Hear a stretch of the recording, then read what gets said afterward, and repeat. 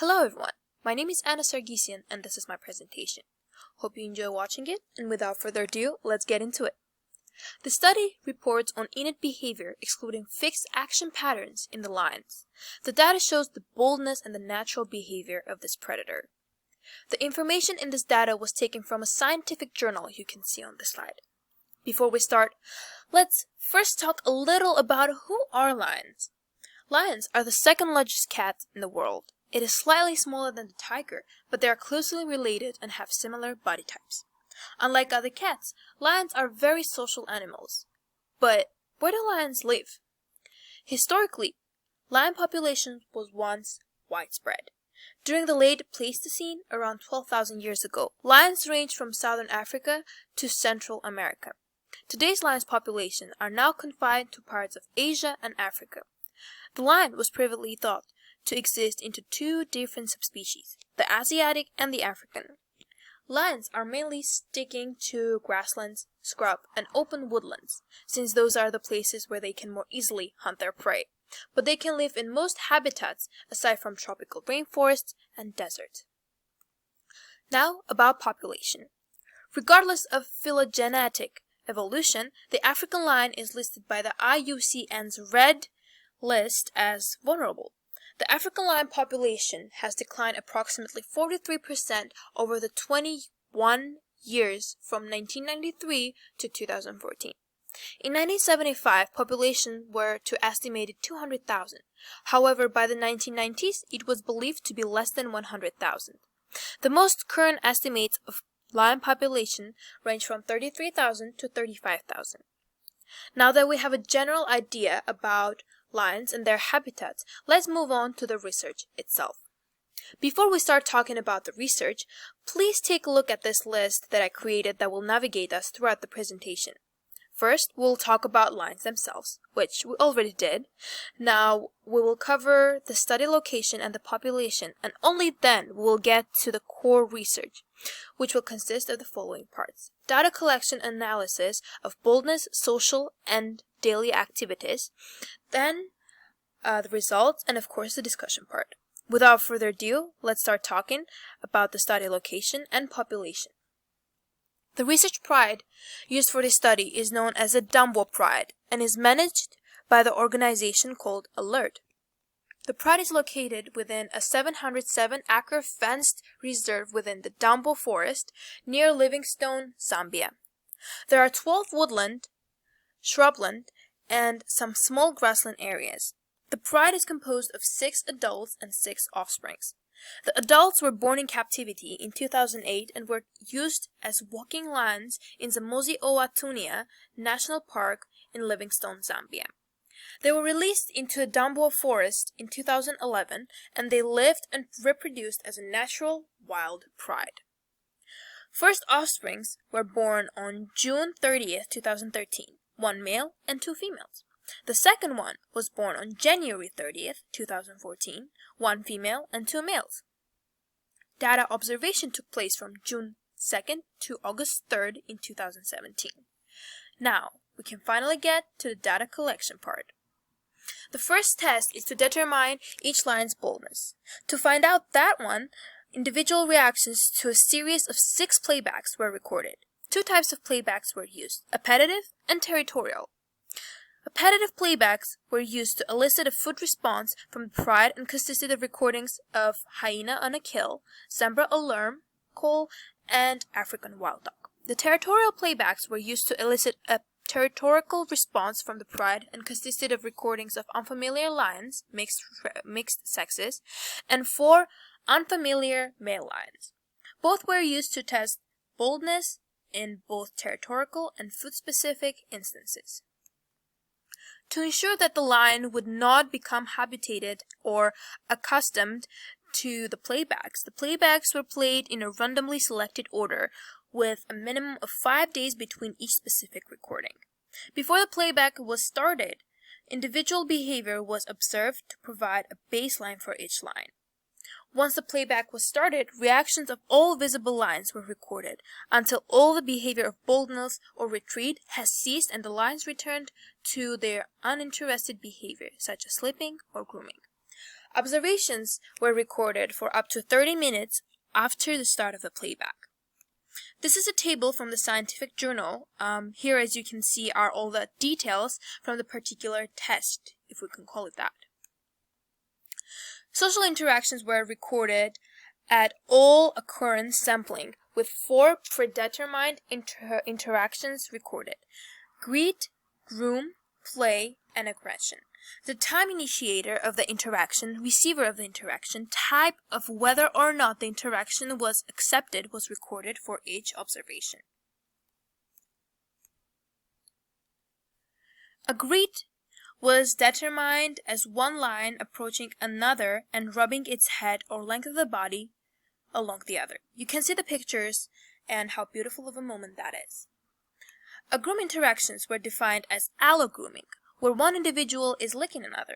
Mainly happens between the lion and the lioness, since they are partners, or between the parent and the child. Play behavior was determined as behavior between 2 individuals with no intent to threaten or harm. Most of the time, this is between child lions, but there are cases where the adults are also playful. In contrast, aggressive behavior was viewed as behavior intended to threaten and harm. By the pictures, you can see how the face expressions completely change, and the animals are showing their teeth. Now that we have covered the boldness and social data collection, let's take a look at the daily activity chart. An average daily activity budget was composed using a predetermined ethogram. Behaviors of all present individuals were recorded for 60 minutes by instantaneous scan sampling every 2 minutes. Now that all the data we need is collected, we can move on to the data analysis. At the end of each session, scores were added to a total score and the playback for each line was calculated. A higher score meant the line was bolder. The playback was played from outside of the release site with a speaker system a minimum of 200 meters from and out of the view of the lions. Observation was recorded from within a research vehicle from lions had been previously habitated to. Average appetitive score, average territorial score, and average overall boldness scores were calculated for each individual line. The scores can be seen in this slide. As I said, social interactions were compiled into 4 groups: greet, groom, play, and aggression. For each interaction, a directional pivot table was generated and analyzed using a program called UCNet. You can see the results on the graph presented. And finally, the detail activities.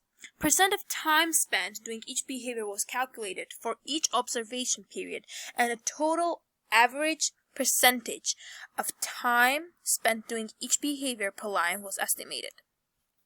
Result. Can't believe we finally got to this part, but don't worry, we're almost done. The results will be presented using sociograms. Never heard of them? It's fine. Sociograms are basically just graph drawings that plot the structure of interpersonal relations in a group situation. Still no clue? In simple terms, graphs with lines that point into things. Let's just go over how the sociogram for this article work and the labeling of it. When you get the general idea of how they work, you will understand the results of the data search. The nodes represent individual lines, with the square being male, the circle being female. Size of the node is the age. Smaller the node, the younger the line. Larger the node, the older the line. Lines between nodes are the interactions between lines, with arrows showing the flow of the interaction from initiator to receiver. Line thickness is the number of interaction. Thicker the line, more interactions. As you can see on the slide, the LE1, LE2, and LE3 are the least connected. The strongest connections were between ZUKW and RS/LE. Groom interactions, which you can see in figure 3, were female-dominated and mostly between RS and LO. Play behavior in figure 4 largely occurred between subadults RS1, RS2, RS3. Aggression was between ZU, KE, KW, L1 and 3, RS1 and 2 and 3, with the strongest connections from ZU to RS3. No aggression was observed from LO, LE, and LE2. The rest of the data results are shown using histograms. Those are graphical representations that organize a group of data points into a user-specified ranges. In simple terms, a histogram is just a type of graph that shows data in form of a picture. Figure 8 shows the average appetitive boldness scores for the 12 individual lines. The lowest appetitive average was seen in adults Ki and Ziyu with 2.33. The highest average appetitive scores were seen in two females, RS1 and LE2, with 5 and 5.5 respectively. LE1 was not presented for any appetitive playbacks and therefore does not have an associated average appetitive score. The average territorial boldness scores are displayed in Figure 7. The lowest average scores are seen in Ki and LE1. The highest average scores were seen in two females, RS1 and LE2. Now, onto the last part of the presentation, discussion. You saw all the information of the data collection, data analysis, and you saw all the chart. What is your opinion on this topic? While you think of an answer, I will give you mine. The main reason for this whole study was to examine how the boldness correlated with other behaviors of African lion. Animal personality and behavior is an important part of management because it provides the basis of how animals interact with their environment, what are their instincts, things that are basically written in their DNA. Inappropriate behavior can reduce an animal's fitness in the world, contribute to the failure of management programs, and result in a human-wildlife conflict. The case is especially true for captive-raised individuals because the environment in which an animal is raised will strongly affect its behavior as an adult. These captive-raised animals, if later released into the wild, may show maladaptive behaviors and won't be prepared for the wild.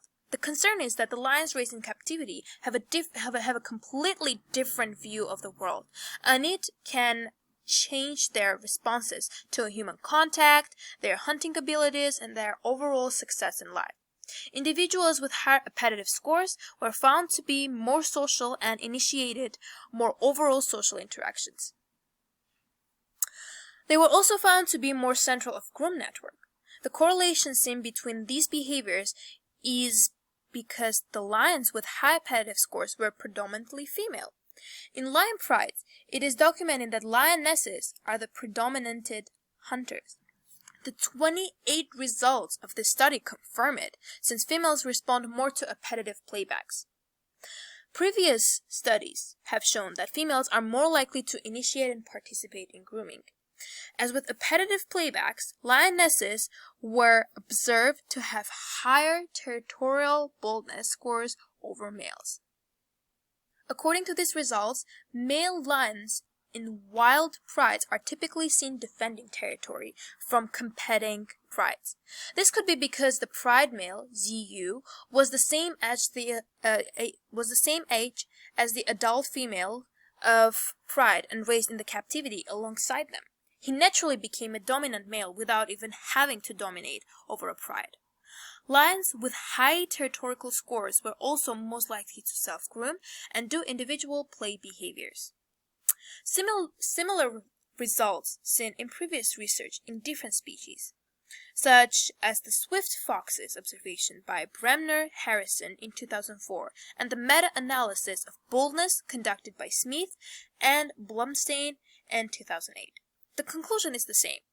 Boldness constantly shows a negative correlation with survivorship across species. And with that said, we are done with our discussion. In conclusion, I researched a scientific journal, talked about data collection and analysis, about the results, and I did a small discussion. Thank you so much for watching, and I hope you liked it.